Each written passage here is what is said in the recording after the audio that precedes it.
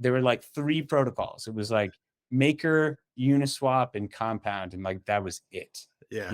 And like obviously they were much smaller back then than they are today. But even back then, it was like they were the only things working in all of crypto. Right.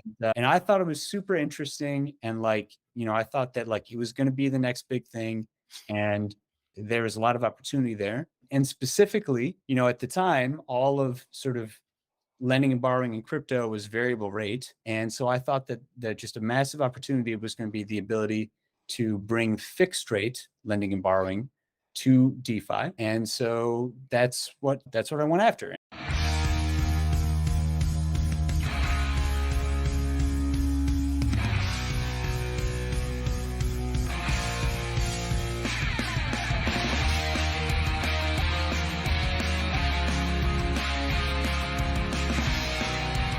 Welcome to Mission DeFi with Brad Nickel, where we explore projects in decentralized finance that are innovating and driving our mission of financial freedom forward. Thank you for listening. If you like what you hear, please subscribe, rate, and review Mission DeFi and spread the word by posting a tweet to the show. All opinions expressed by Brad Nickel or his guests are their opinions and do not reflect the opinions of Black Knox, Material Indicators, or any other affiliated organizations. You should not treat any opinion expressed by Brad Nickel or his guests as an inducement to make a particular investment, follow a particular strategy, or become involved with any project. A project being featured on the show is not an endorsement of that project in any way. This podcast is for informational purposes only. Now, here's Mission DeFi with Brad Nickel.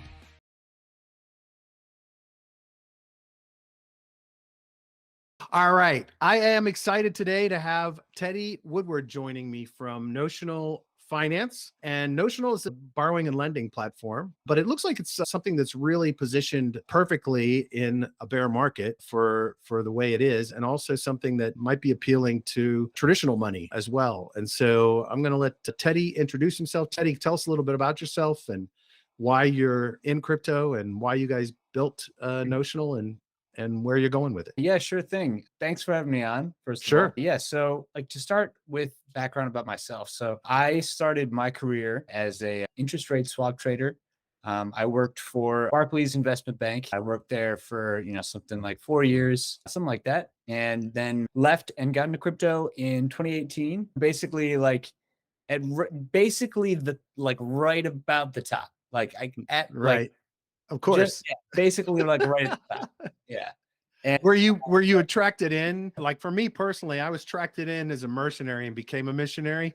That I came in because I saw a real value there financially. Was that kind of what pulled you in as well? Well, I mean, it's just like, I guess, when I was working at the bank, I was just like, I was like, it was just kind of miserable. Like, I really, really did not like that job. And like, oh man, I just like, I was just like looking for something because I just like didn't like that job. I was like pretty bored, and like I didn't see much of a future, I guess, doing what I was doing, because what I was doing is like, it's like I was a voice trader, so like, we like we use computers to like, look at information and message and stuff like that, but like all the trades I did were like human to human, right? So like I would like, you call it a voice trader because you execute your trades over voice. Got it. So it's like, and so I just felt that was like, I mean, it was like it just felt like a thing of the past, right? Right. As a really young guy, I just felt like I had this feeling that, I was just starting out in something that was a dying business, and like, it just made no sense. And so anyway, so I was looking for something that I could like go and do instead of what I was currently doing, right? And basically like trading is like a very specialized skill that's just not applicable in very many places. So there's, it's hard. Yeah, it's like something which is like highly specialized and valuable, but like only in a very specific like set of activities, right? Sure. And so, crypto kind of came along and it came to our attention and stuff because of the 2017 bubble and all that. And to me, it felt like, it seemed really cool and really interesting. And it just like, it seemed like, yes, like this is the thing, you know? Yeah. And Yeah. like it seemed like, okay, so it was big enough where I felt like I could, make a career out of it and not just be like, I don't know, like I could like I could do something in it. Like it was like And there was mainstream. a future, you could pick what you Yeah, wanted to be. There was a yeah, ton of opportunity in it. Yeah, man, yeah, totally get it. yeah. So it's like it was really exciting. And Nice. yeah, so that's why I got in. And I was, I got a job as a crypto trader at like a family office. And it was sort of like easing myself into it, and like because I came over in the same capacity that I was doing at the bank. And I stayed at that job for about a year and a half until the end of 2019, when it really came down, like, that was just like the absolute depth of the bear market in that cycle. And like activities just completely dried up. There was like no more money to be made, basically. And at that time, it was really like, kind of like decision time for like, do you want to go back to work in the sort of traditional financial system, like go back to the bank, or figure something out in crypto to like stay in crypto? And so I decided to do the second one. Nice. And, so basically like, so, and then as it relates to the current business, like at the time, like DeFi was like sort of, it was sort of working. It was like, it was the only thing that was working in any capacity on the blockchain, right? Like Right. Right. there were like three protocols. It was like Maker, Uniswap, and Compound, and like that was it. Yeah. And like obviously they were much smaller back then than they are today. But even back then, it was like they were the only things working in all of crypto. Right.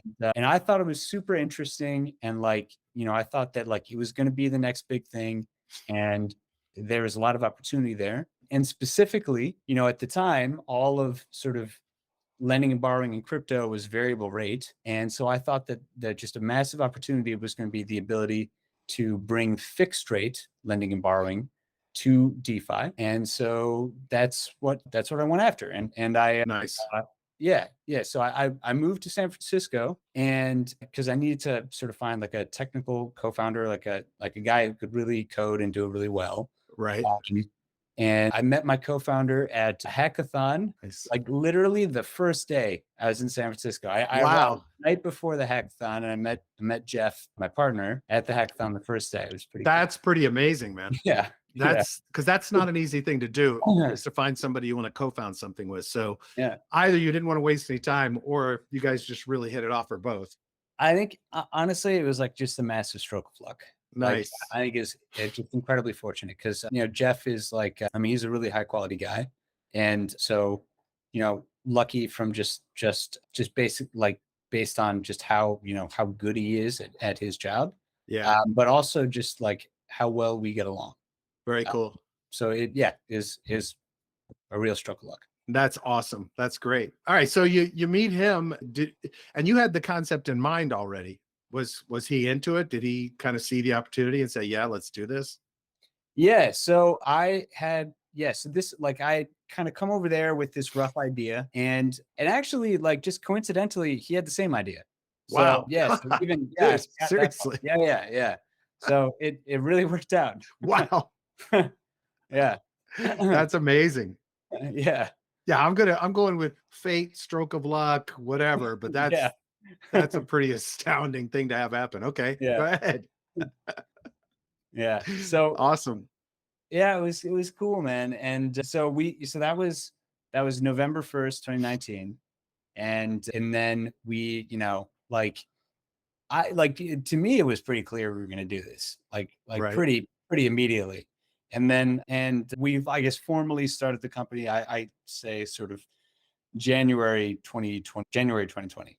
Yeah. Yeah. So, and then to take you to the present, so like we launched the current version of the protocol. So we're currently running Notional V2 that Okay. launched in November of last year. So November 2021. And since then, we've done about $660 million of loan. We currently have $85 million in TVL in the protocol right now. Nice. Very nice. Well, that's pretty, maintaining that in this market's pretty good. That's awesome. Yeah. Yeah. So, all right. So you guys, let's go back through that a little bit, because you both have the same idea. When did you launch again? So we launched Notional V1. Notional V1 we launched January of 2021. And Okay. then Notional V2 we launched November of 2021. All right. So those are interesting times that's an interesting timing for launching about 2 months before. Well, no, It that's was previous it was year. it was I'm like a year advanced. Yeah. yeah, yeah, Yeah. Yeah. yeah, it Okay. was right at the top. Yeah. Yeah. Yeah. All right. And in terms of that, well, you know what, let's do this. Let's focus on first what Notional is, how it functions, why you felt like fixed rate was needed in the market versus kind of the models that are out there. And kind of who you think your customer or your users are today versus where you think you're going in terms of kind of the target market, that kind of thing. Yeah.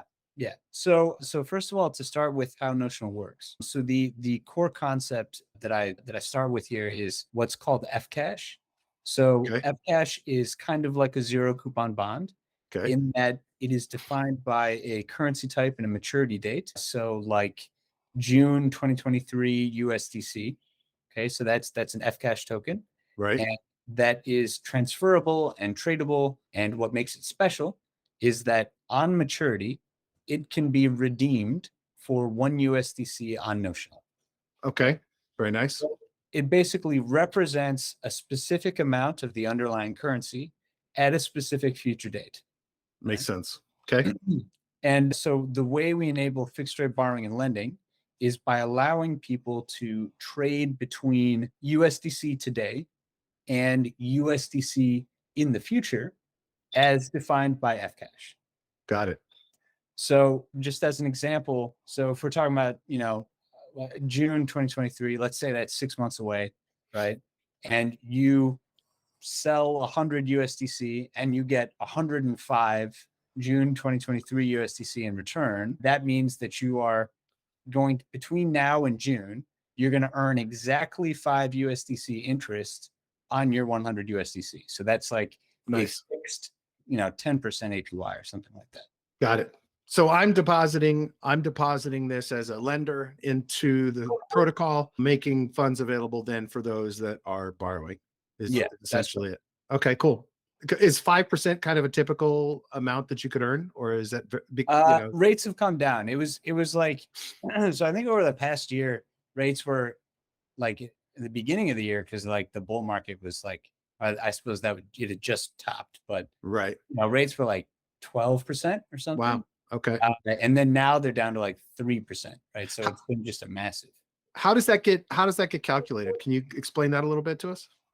Yeah. So the way it works is that we have liquidity pools for each maturity where we have basically USDC on one side and then Fcash on the other side, right? Okay. And so it kind of works like Uniswap. So when you, as a lender, what you're doing is you're actually selling your USDC and you're buying Fcash, right, Okay. from this liquidity pool.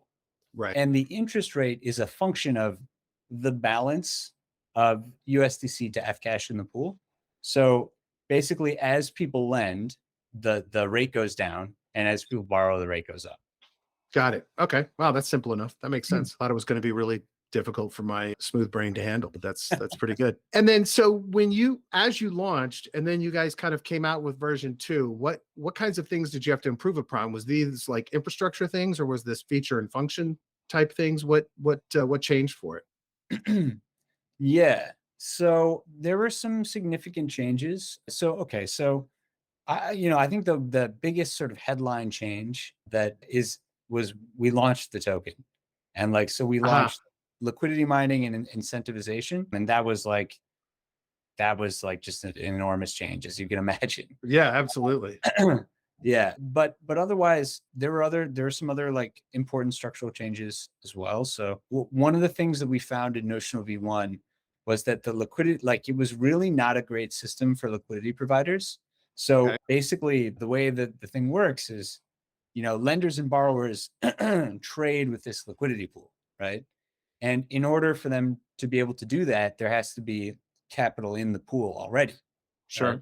And so that's what you need the liquidity provider to do. You have to get them to put the capital into the pool, right? And like it was hard in Notional V1 for a few reasons, right? Because one is that in Notional V1, the LP had to choose which maturity he wanted to provide liquidity to, right? Right. So did he want to provide liquidity to the June maturity or the December maturity? Yeah, and like these were decisions, and you had no idea how to decide, right? That was number one. Two was that like when that liquidity pool reached maturity, the LP would have to like manually roll their liquidity forward, or else it would just be sitting there doing nothing, Right. right?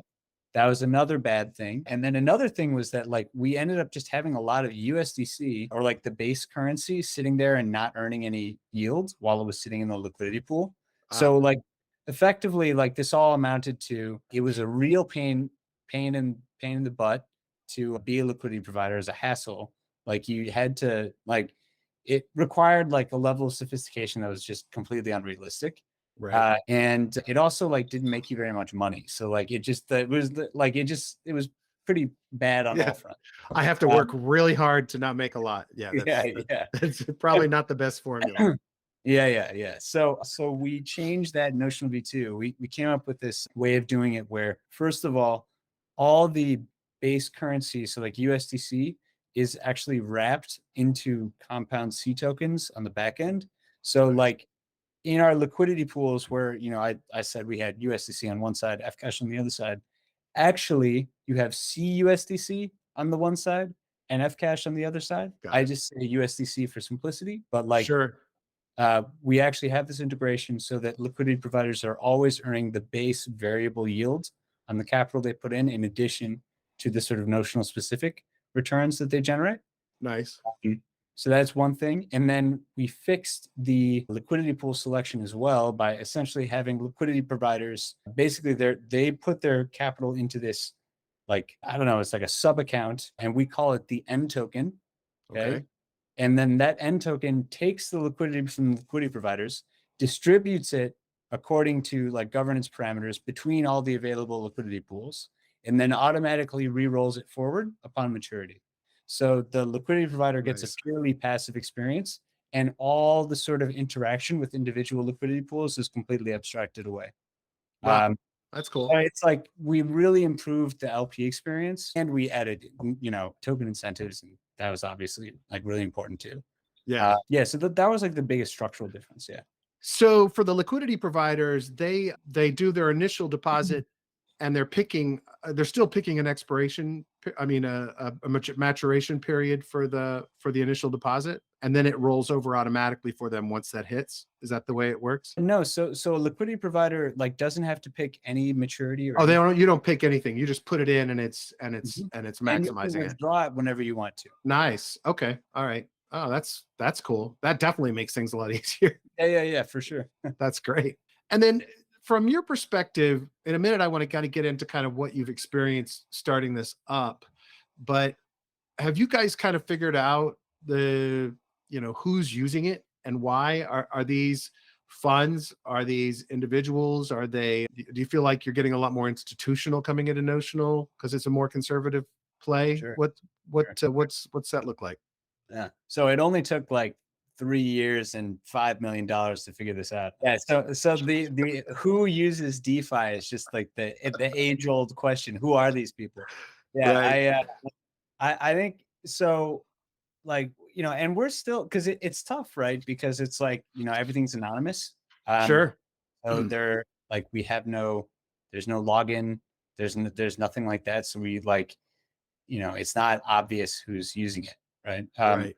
But we, like, having said that, we have a better idea now than we used to. I think in general, like we sort of separate things into two different personas. We look at, there's kind of the DeFi professional, right? Who's like, it's not Fidelity, but it's like DeFi funds, right? So Right. like, or like or like savings applications. So like, there'll be some funds have a mandate to earn yield in DeFi, and like those are the kinds of funds that use Notional.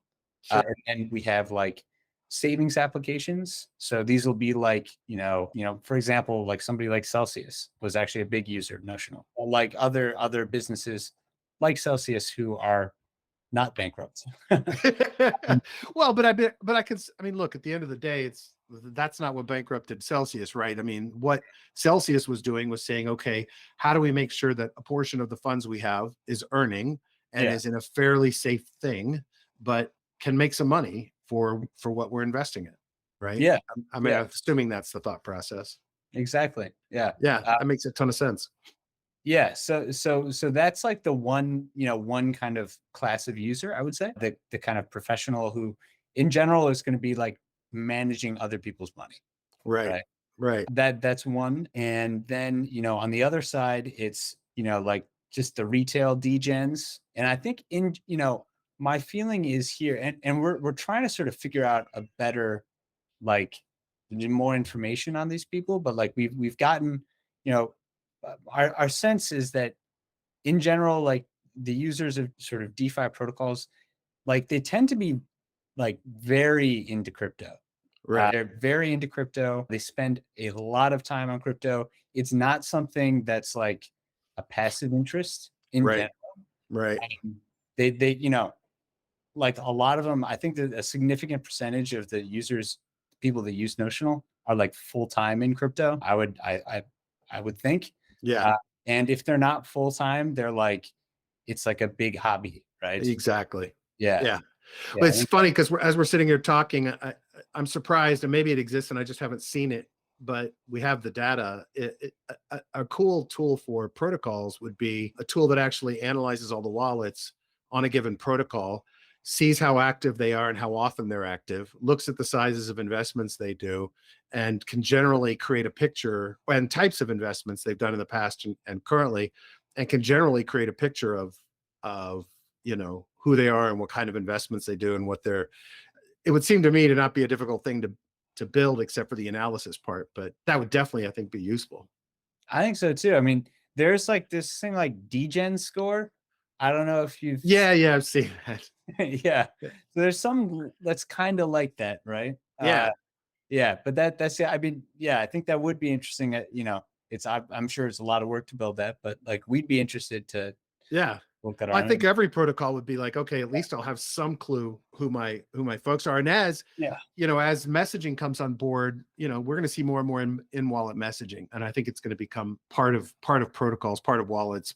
And so I think there's going to be an opportunity there to do marketing a bit differently, still anonymous, but have an opportunity to target particular types of users. So there's an opportunity there. We'll get somebody to build that right away. Yeah. That's cool. So that brings up an interesting question, though, right? Because the lifeblood of most protocols, of most projects, is the community, right? You're a lot of protocols depend on building a large community, but it might be difficult for a project that has primarily larger institutional, like family office, like DeFi fund, like investors. It might be difficult to engage those folks in a Discord chat and NFT giveaways, right? So you now have a token, so that could be a draw for community to help you grow. But what's it been kind of like for you guys? I haven't taken a dive at all into any aspect of your community, but what's that been like for you guys? Or is it really that you're a protocol that, building a massive community is not an important thing for your protocol today, right? Because of the type of people that use it. Yeah, that's a good question. So I wouldn't say, first of all, I wouldn't necessarily say that like our user base is primarily sort of like fund Got it. managers or that kind of thing. Okay. Definitely like a segment of the user base, but Right. I don't think that is necessarily like primarily who uses it. It's maybe it's like in general, I think these are some of the sort of like higher dollar value users for sure. Sure. It's not necessarily like they're, it's mostly these guys. Okay. But I think, yeah. So like I will say though, that in general, Notional has a smaller user base. So like if you look at the number of users on Notional versus like another lending protocol that's maybe more vanilla or something that's like, people are more used to, like Compound or Aave, like they have many, many more users than we do. Sure. Now I think like what has always been true about Notional, and I'm not sure exactly why, but like we seem to have a very, very high average dollar value per user. And it's like, I don't know why that is necessarily. I don't know if it's like somehow it's just resonating with like with certain people and not other people. Yeah, Maybe that's it. But I would say that like, we have a relatively small number of users, but like it hasn't been a problem at all. that's Like great. it's like, yeah, I would say it has not been a problem. I That's think, awesome. yeah, yeah. So I think in having a large user base helps, I think for marketing purposes, which is, like not nothing, it's like Right. important. Sure. But it's also like, and just from experience, yeah, I mean, anytime that there's like an opportunity on Notional, like anytime there's like a good economic opportunity, people do it, right? Right. So we haven't like, yeah, I wouldn't say that we've suffered at all from having a That's smaller number cool. of users. Yeah. Look, I think part of it too is, I mean, like from a branding perspective, you, everything that you guys project makes me feel safe, right? And you've done a great job of making it feel like there's a feel to the brand of solid, right? Like we're here, we're solid, we're trusted, and I think that makes a huge difference in kind of the makeup of the people that come in to use it. Have you guys also have you been doing any kind of partnerships or integrations with things like, I don't know, index profiles, people that are building investment portfolio profiles, indexing, that kind of stuff, integrations with other protocols? Are there opportunities that have come up that way? Absolutely, yeah. So we've done. I mean, it's starting. Yeah, it's starting to grow, which is cool. That's great. But yeah, so like what I mean is that originally the integration list was like small enough where it made sense for me to go through everyone, but like now it's like larger. That's great. Um, That's great. but yeah, so for example, one of our earliest integrators who continues to be like a significant sort of presence in Notional is Yearn. So if Nice. you're familiar, I'm sure you're familiar with Yearn. They're like Sure. effectively a yield aggregator, and what they do is they lend fixed Notional. So Nice. they're big lenders, and Mm. they've put, I think earlier this year. Now everybody's TBL has come down a lot, but earlier this year they'd put up as much as like $50 million into Notional. Wow. Yeah, yeah.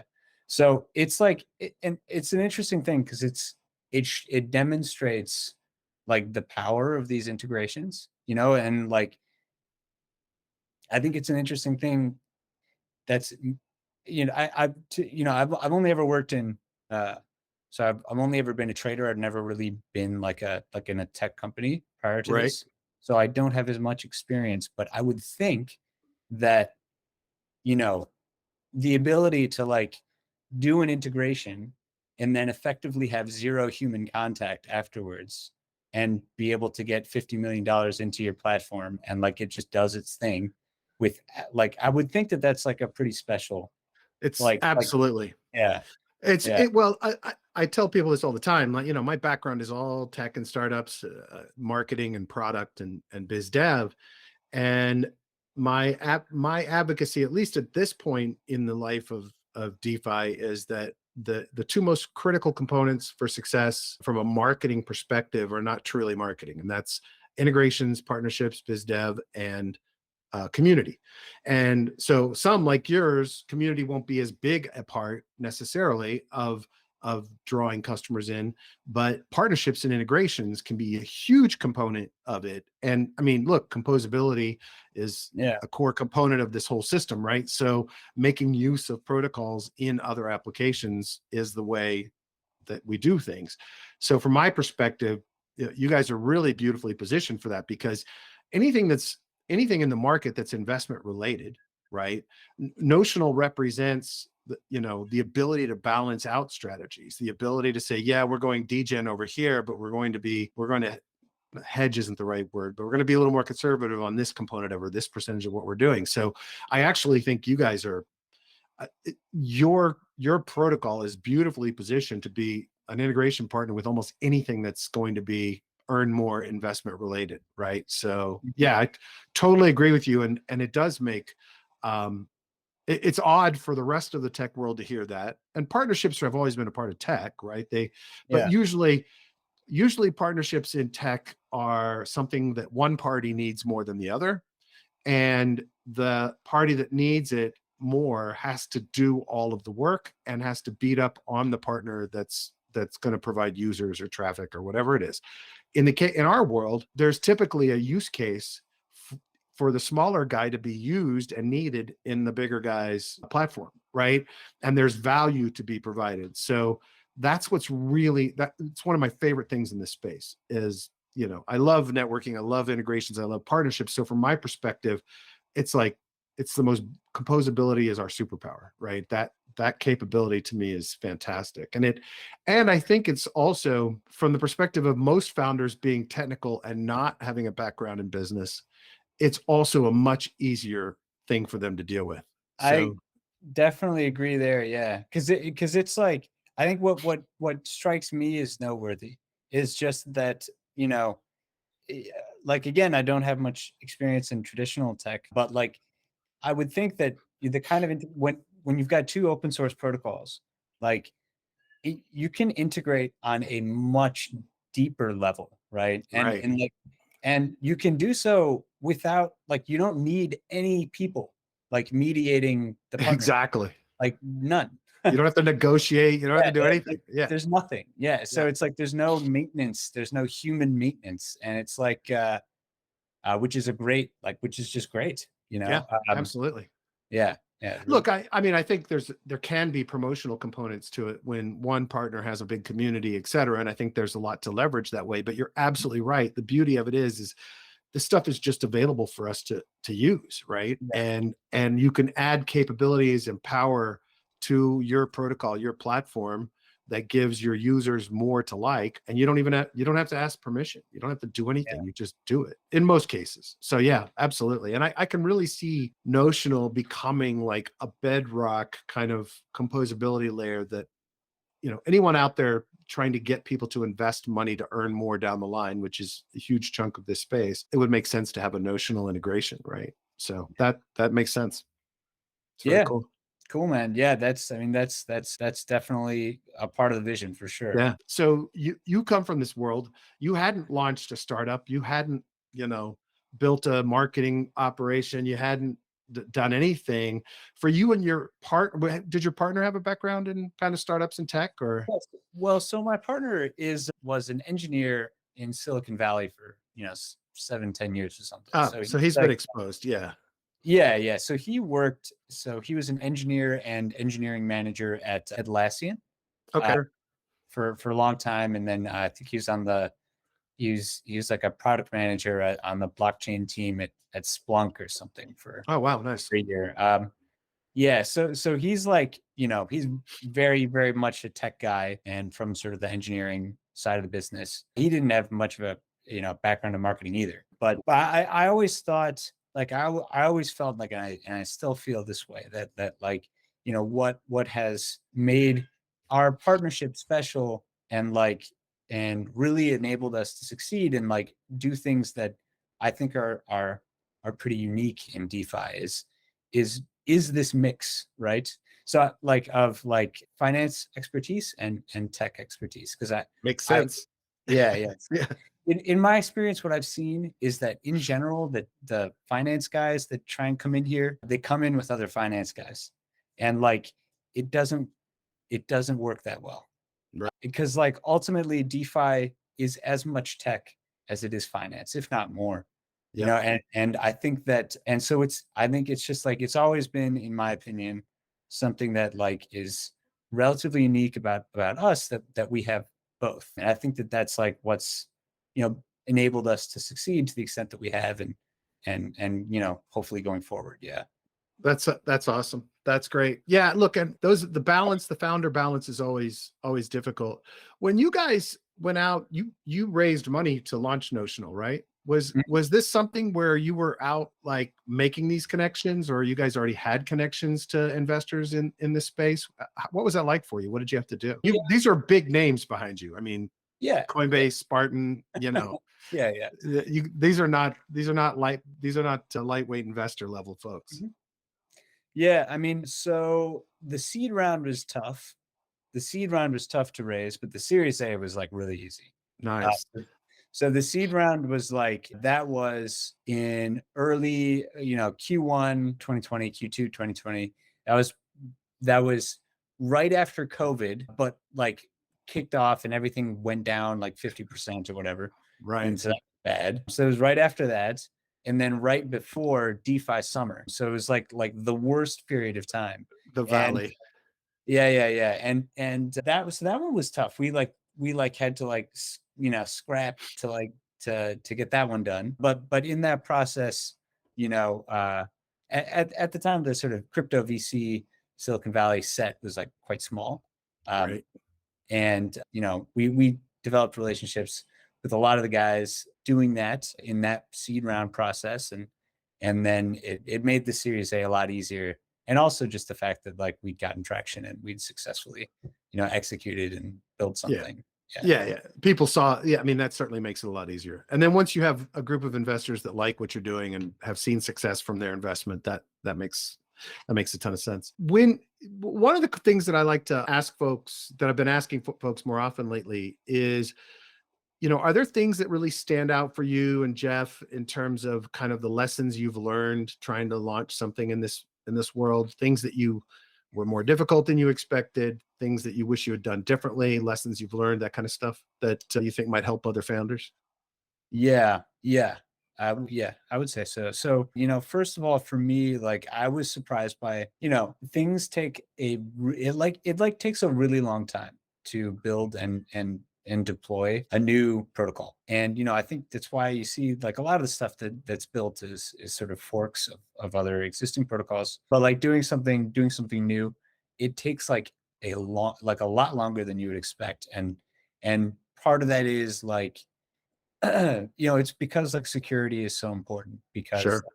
if you're going to launch it, it's open source and it can be hacked, right? Right. The first time you do this, like, you know, like you just have to like you just have to operate at a really, really high level. And maybe the first time you do it, you're not as dialed in as you think, or you don't think you need to be as dialed in as you really do. And Right. then like the audit comes back and like there are all these problems and like things you didn't even realize that could be problems. And then like and you have to go do it. You have to go rework all these things. Then you have to get audited again, and so you have to like go through like the schedule again, and it's just like and you have to do that, right? Yeah. Because, like you cannot release a product that is not secure, Right. right? Uh, Right. it's just like the consequences of error are so much higher here, right? Yep.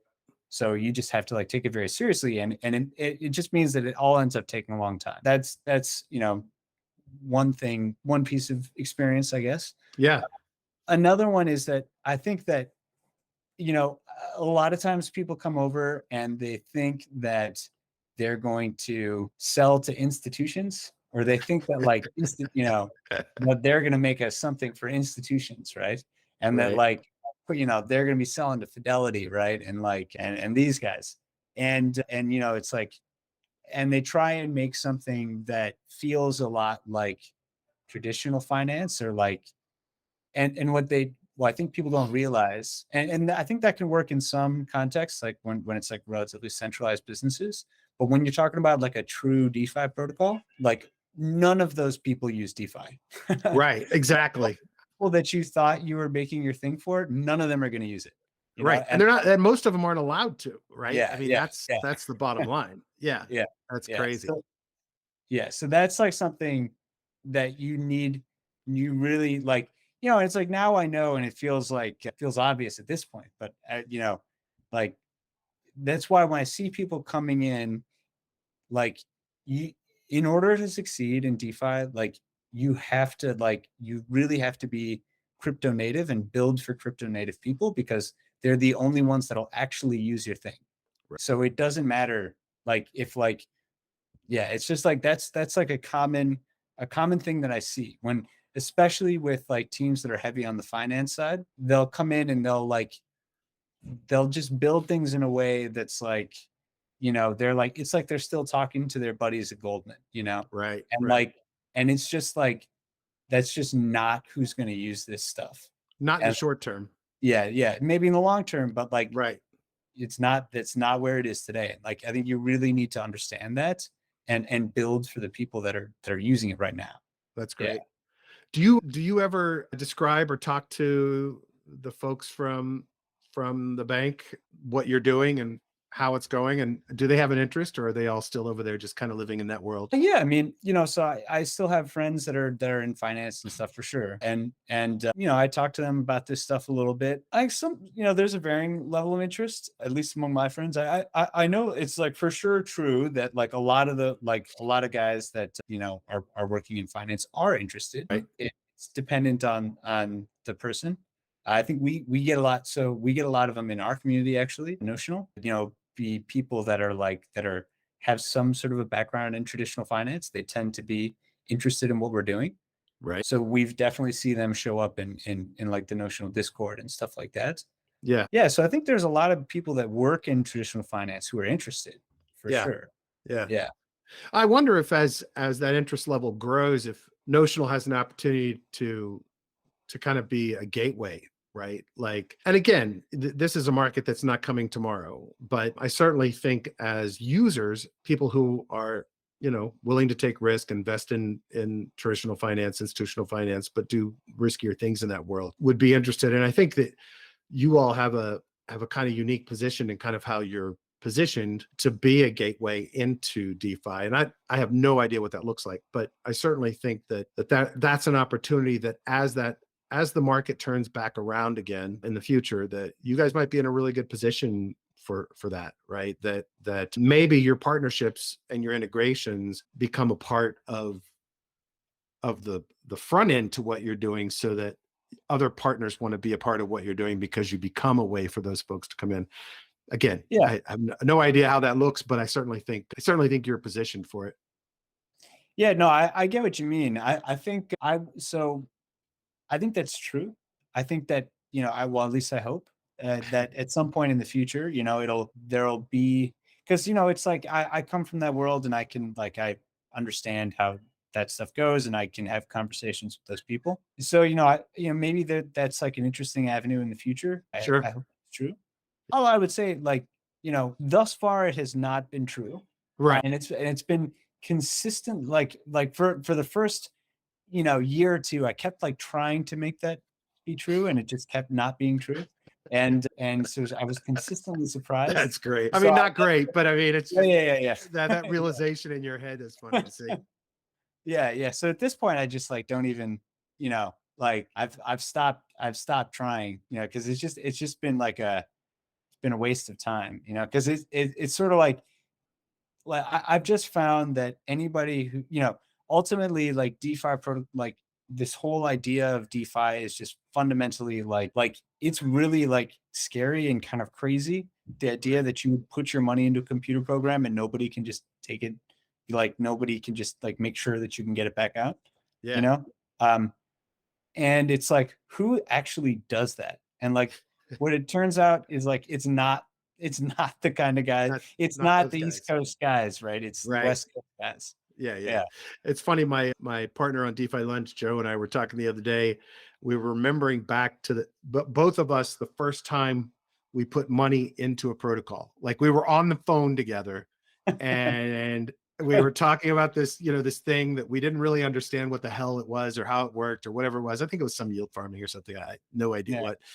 But I remember that moment like vividly, like this whole idea of, am I really about to click this button and put my Yeah. money into this Yeah. thing? I don't even know what's on the back of this. Yeah. It's Yeah. like, Yeah. it's like that leap of faith is Yeah. nuts. And it takes months to watching it happen Yeah. and seeing people do it before you're even willing to put, $100 over and just Yeah. say, Yeah. let me see what Oh yeah. happens. It's like crazy. It's nuts. Yeah. Yeah. So I totally get it. And that makes complete sense. It really does. Those are great. Those are great lessons. And I think in general, this idea of, we have this base of users right now. And yes, new ones are coming in little by little, right? But there are this base of users that protocols are really trying to get from each other or get more out of ones users that are on other protocols. And it puts us in a weird position. And I think that we're going to have a change over time, but and I don't know that we're going to necessarily have a full-blown hockey stick anytime soon, but I think we are going to see an increase in this next bull run where more and more of those guys are going to dive in. I think the other solution to this is interfaces that shield that moment of deposit away from you, right? And just say, hey, you're earning X. Put Yeah. your money in this non-custodial wallet. I'm going to shield you. I have a client I advise called Brew Money, and they are a newbie non-custodial wallet on mobile, right? You go in, you connect your bank account, it deposits the funds, it's converted for you into USDC automatically. It's put into this non-custodial wallet.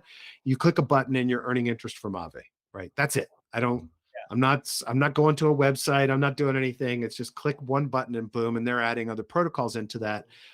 I think those are the kinds of things that help it. And I also think integrations into existing fintech applications are going to be important at some point, but we've got regulatory hurdles and everything else to get through. So cool. So where are you guys headed with Notional next? Like, are there other kinds of functions and features, opportunities within the system? Where are you guys headed with it next? Yeah. So then, all right. So the next thing we're really focused on is increasing sort of borrowing demand on the platform. Because I Okay. think so I think there's an interesting thing more generally, which is that when people talk about DeFi, they talk about like getting the capital in, and as if like that, that's the thing to focus on, or the idea that you just want to get as much capital into the space as possible. Yeah. I actually think that is the wrong way to think about it. So that's like, because ultimately, like, my belief is that if we could sustainably pay somebody like, you know, 5 to 10%, or like, let's just say like 10%, if you could sustainably pay 10% fixed returns, like we would 100% be able to take everything. Like, Right. there's no shortage of capital. Like, it would not be hard, right? Right. I mean, it's not easy, but it's like, It's a lot easier if you can sustain that rate and make sure that yeah, people feel like they're going to get it. Yeah. yeah, but you can't, right? That's the Right. thing, is like, because you can't like produce that return in DeFi today.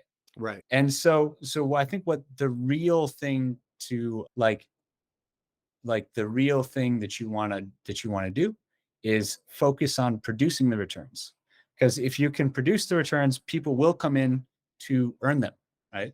That's right. And so like the next product we're launching is focused on getting people to increase sort of borrowing demand on Notional, because it is the borrowers that pay the interest that generate the opportunities for the lenders, right? Sure. So the next product we're launching is called Leveraged Vaults. Okay. What this product does is it lets you borrow from Notional and deposit the borrowed cash directly into a whitelisted smart contract that executes a yield strategy, right? So we're launching with a pair of balancer yield strategies where you'll be able to, let's look at the ETH strategy. So you'll be able to borrow ETH from Notional, deposit into this vault.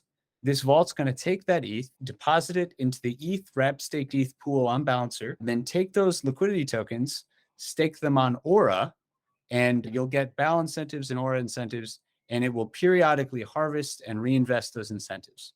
Okay, Nice. so it's complicated, but basically what's happening here is that strategy, that like, I'm going to take my ETH, put it in Balancer, put it in Aura, do all that stuff, that earns maybe 7% APY, right?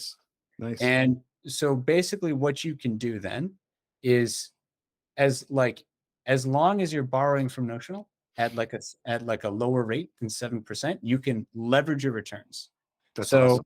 So we're going to offer you something like 10x leverage on that, right? So you'll be able to, for example, bring 10 ETH to Notional, borrow 90 ETH from Notional at a fixed rate, and then take that 100 ETH total, put it into this leverage vault strategy, and then go execute that strategy with 100 total ETH. Wow. Right? So basically, you're earning the 7% on your initial 10 ETH plus the difference between the strategy return and the fixed rate you pay on Notional on 90 ETH, right? Nice. So Nice. you can basically you can earn a lot of money, right? So That's it like awesome. yeah, yeah. So Wow. it makes like and it's like this is a novel thing, like being able to collateralize a loan with an actual strategy itself. That's As fantastic. yeah, yeah. It's pretty cool. No, I Um, love that. yeah, Oh, that's going to draw a lot of interest. yeah, yeah, yeah, That's very cool, man. That's yeah, going to be yeah. cool. What's your, no specific date, but what's your kind of general timeline for that? About 2 weeks. Oh, wow. Yeah, Oh, yeah, crap. Oh, yeah, shoot. That's awesome, man. yeah. That is it just going to be, is it its own product, or is it going to be just a notional product in the platform? So I mean, it's its own like. It's not going to be a new brand. It's going to Right. be in It's the going to be UI. part of the notional UI. Great. Yeah, Okay. it's gonna be part of the Cool. Notional UI. Yeah, so it's just gonna be on the Notional UI. That's very cool. Wow, that'll definitely, I think that'll accomplish its goal. That's great. Yeah. That's awesome, man. I'll Yeah, be interested. yeah, That's great. for sure, That's for very sure. cool. That's very cool. I love Excited it. I'm excited about it. So we're just going through, like, we got the results back from the audit last Friday, and so we're just working through all the issues now, and hope to get the contracts deployed next week, and then, actually open it up and get it Sweet. pretty soon. Yeah. Excellent. I'll keep an eye on that. That's great. I love that. I love that. Um, wow. Okay, that is a big move, and I'm glad it's coming soon. That'll be cool Yeah. because this episode will hit next Tuesday, so we'll be close to your launch time. That's great. That's very Yeah. cool. Awesome. Awesome. I ask everybody that comes on the show one question, and that Okay. is of your time, well, for you, in your time in DeFi, is there a person you've met and or that you've just from afar respected that you think has had a great impact on you and or the space and you think is really important? Somebody inspirational, whatever, and it could be a project or a person. So completely up to you to think about that. You know, I've had answers everything from Vitalik to Yearn to a million other things in between. So Yeah, I would say Dan Elitzer. oh, So he's yeah, I don't know if you know the guy. this will be the second time somebody said him. That's great. Oh, really? Yeah, yeah, Yeah, yeah. Well, yeah, I guess I'm not surprised. yeah, yeah. So he's a partner at this crypto fund called Nascent, and he's just like such like a good faith person, and he just really cares about crypto, and he cares about the people in it, and like he's just like obviously he's a VC, so he's like motivated by economics, of course, but I think he's also, it's fair to say that he's motivated by more than money. And yeah, he's just been like he's like a very good person. Nice. And I think that like for example, there was one time where we got so some we have a bug, we run a bug bounty through Immunify, Sure. and we got there's a critical vulnerability, right, that came in, and we ended up paying the guy like $1 million, right? So it was like a lot because it was critical vulnerability, and this was like I'd never experienced that before, and we didn't know really what to do, and so Terrifying situation. yeah, yeah, very terrifying situation. But we asked Dan for help basically, and like he's just immediately he's just very helpful, and he's like he's exactly the guy that you'd want to turn to in a situation like that. That's Um, that's amazing because Joey Santoro probably said almost the exact same words about him. I mean, I'm yeah, dying. I've pinged him a couple of times to try to get him on the show because he just sounds like an awesome human being. Like you, the description that you just gave couldn't have been any closer to Joey's. wow. Unfortunately, Joey's episode never aired. I've got 2 interviews with him, but what they went through with everything, we decided not to put it on because the first episode was him very excited about everything that was going on with their protocol, and then 2 days later that happened, and then we did another interview in between talking about what they were doing to deal with everything, and his state of mind wasn't great, but it was okay. And then everything changed again. So Oh, like I've geez. interviewed Joey twice and I've never gotten to an episode out, but his description of him was, I mean, you guys, that's like, I mean, immediately Joey went to, just a good person, cares about you, cares about people, cares about crypto. And then he got into, and then when I was getting ready to launch, I was under pressure. I had screwed up, blah, blah, blah. I had all these problems. The only person I wanted to talk to was Dan. He helped me through, he walked me through it. I mean, to have Yeah. two people describe somebody so closely like that is really impressive, especially if they're a VC. That's very Yeah. cool. That's very cool. Nice. Very nice. I love it. I love it. I'm going to get Dan on eventually because he just sounds like an awesome human. So that's great. That's very cool. Awesome. Cool. Anything else we need to know, man? I don't think so. I guess if you want to stay up to date on the leverage vault stuff, Yeah. you should follow Notional on Twitter, Cool. at Notional Finance. You can follow me too. Great. I'm at Teddy Woodward, I think. Nice. I'm pretty sure. Uh, You are. and yeah, that's it. Yeah. Cool, man. Thank you very much for coming on. I appreciate it. I'm excited for what you guys are doing next. And thanks for joining us. Okay. Thanks a lot, man.